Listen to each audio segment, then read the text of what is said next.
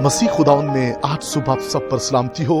मैं pastor Suhail John एक बार फिर मॉर्निंग डिवोशन के साथ आप सबकी खिदमत में हाजिर हूँ। हम सीख रहे हैं गुनाह को मौका ना दो। खुदा के लोगों, कभी भी जिंदगी में गुनाह को मौका ना दें। गुनाह बर्बाद करता है, गुनाह आपके मंसूबों को कैंसिल कर देता है, गुनाह कमजोर कर देता है और गुनाह आपको सबसे बढ़कर खुदा की रिफाकत उसके घर से दूर कर देता है। खुदा के लोगों, आज सुबह हम बात करना चाहेंगे जहाजी पर, अलीशा का शागिर्द, और ये अनॉइंटिंग लेने के लिए, बरकत लेने के लिए अलीशा की शागिर्दियत में है। कलाम मुकद्दस के अंदर लिखा है कि जब नुमान को शिफा मिली तो नुमान चाहता था कि अपनी हैसियत के मुताबिक कुछ हदिया अलीशा को दिया जाए, लेकिन अलीशा ने इनकार किया। और जब नुमान कोड़ी वापस जा रहा था, कलाम मुकद्दस के अंदर लिखा है कि जहाजी उसके पीछे गया और उसने उससे कुछ कपड़े और चांदी ली और फिर वापस लौट आया। कलाम मुकद्दस के अंदर लिखा है कि जब अलीशा ने पूछा कि तू कहां था, तो उसने झूठ बोला, उसने नाफरमानी की, उसने गुनाह को मौका दिया और उसने कहा मैं यही था। अलीशा ने कहा क्या तू नहीं जानता कि मेरा दिल तेरे साथ था। खुदा के लोगों, जहाजी जो अलीशा का शागिर्द था, कभी कभार हम बड़ी अच्छी जगह पर होते हैं लेकिन कहीं ना कहीं हम ऐसी हरकतें कर देते हैं, इस तरह गुनाह को मौका दे देते हैं कि हम उन अच्छी जगहों से महरूम हो जाते हैं, अच्छी शागिर्दियत से महरूम हो जाते हैं, अच्छे चर्च से महरूम हो जाते हैं, अच्छी जॉब से महरूम हो जाते हैं, बहन भाइयों से, रिश्तेदारों से महरूम हो जाते हैं। रीजन क्या होता है?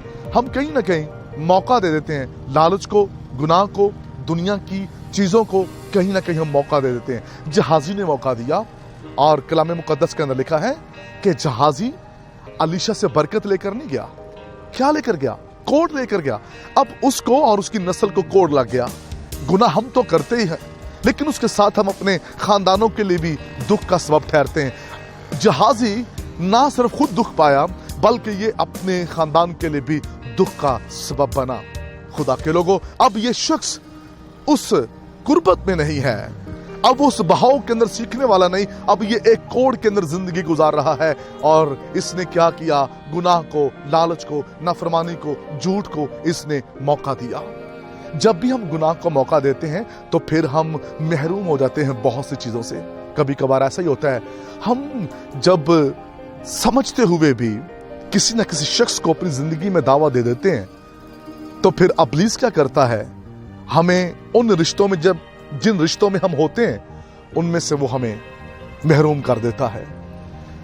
अपनी जिंदगी के अंदर इस बात को याद रखें, जब भी हम गुनाह को मौका देंगे तो ये हमारी जिंदगी को बेचैन कर देगा।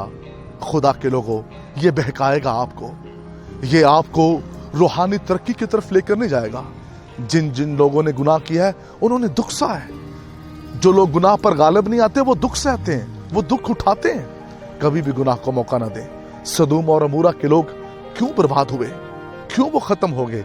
क्योंकि उन्होंने गुनाह को मौका दे रखा था।